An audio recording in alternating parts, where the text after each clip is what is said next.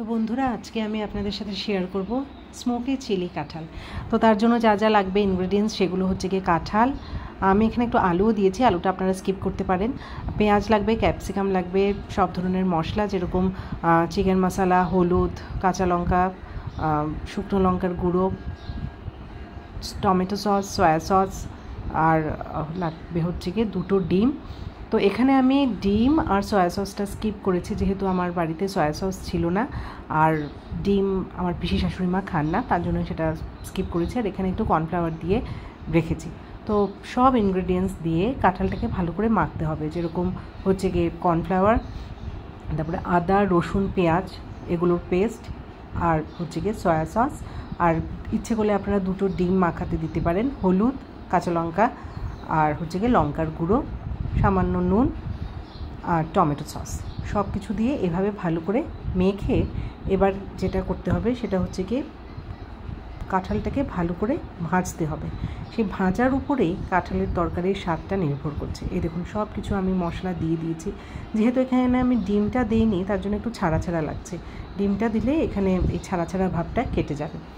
তো এই দেখুন ভাজা পুরো কমপ্লিট হয়ে গেছে। এখন আমি সামান্য টমেটো সস দিচ্ছি, এখানে আপনারা সয়া সসও দিতে পারেন বা চিলি সসও দিতে পারেন।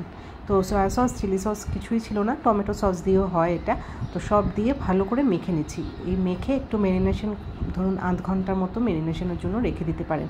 তো আজকে আমি একটু তাড়াহুড়োর মধ্যে ছিলাম দেখে ম্যারিনেশন করে বেশি সময় রাখতে পারিনি, মেখেই দিয়ে দিয়েছি কড়াইয়ের মধ্যে। এই দেখুন এখানে কড়াইয়ের তেল গরম করেছি, করে কাঁঠালগুলোকে একটু একটু করে ভেজে নিচ্ছি। ভাজার উপরে সব কারসাজি জানেন তো। তো ডিম দিলে একটু ভালো হতো, যেহেতু আমি ডিম স্কিপ করেছি, একটু ছাড়া ছাড়া রয়েছে, আগেই বলেছি। এই দেখুন এবার ভেজে নেওয়ার পরে কাঁঠালটা এরকম হয়ে গেছে, দেখতেই ভীষণ ভালো লাগছে। জানি না ক্যামেরাতে কতটুকু ভালো আসছে। তারপরে কড়াইয়ের মধ্যে তেল দিয়েছি, দিয়ে ক্যাপসিকাম আর পেঁয়াজটা ভালো করে একটু লঙ্কার গুঁড়ো, হলুদ গুঁড়ো, সামান্য নুন দিয়ে ভালো করে ভেজে নিয়েছিলাম।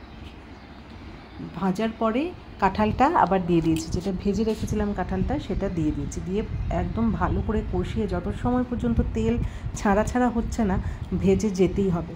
তো সামান্য জল দিয়েছি, কিন্তু এটা আমার পিসির রেসিপি, ঠিক আছে। আমার পিসি খুব ভালো এই কাঁঠালের তরকারিটা রান্না করে, মানে চিলি কাঁঠালটা রান্না করে। তো পিসি আমাকে বারবার এবার এসে বলে গেছিলো যে এটা রান্না করতে। তো কালকে একজন আমাকে কাঁঠাল দিয়ে গেছে, তো তার জন্য আজকে আমি এটা রান্না করলাম। আর শেজওয়ান সস দিয়েছি, আর চিকেন মশলা একটু দিয়েছি। শেজওয়ান সসটা জাস্ট আমার মনে হয়েছে দেওয়ার জন্য তাই দিয়েছি, আপনারা এটা না দিলেও হয়।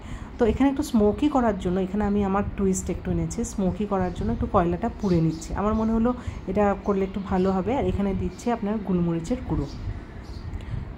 তো গোলমরিচের গুঁড়ো দিয়ে একটু এপিট ওপিট করে নিতে হবে। আর এই দেখুন স্মোকি করার জন্য কয়লা পুড়ে এটার ভেতরে দিয়ে দিয়েছি। দেওয়ার পরে যেটা হয়েছে, ঢেকে রাখার জন্য এই মানে গন্ধটা যাতে বাইরে বেরিয়ে না যায় তার জন্য এটাতে ঢাকনা দিতে হবে। তো ঢাকনা দিয়ে রাখলাম। খেতে অসাধারণ হয়েছে বন্ধুরা, আপনারা নিশ্চয়ই ট্রাই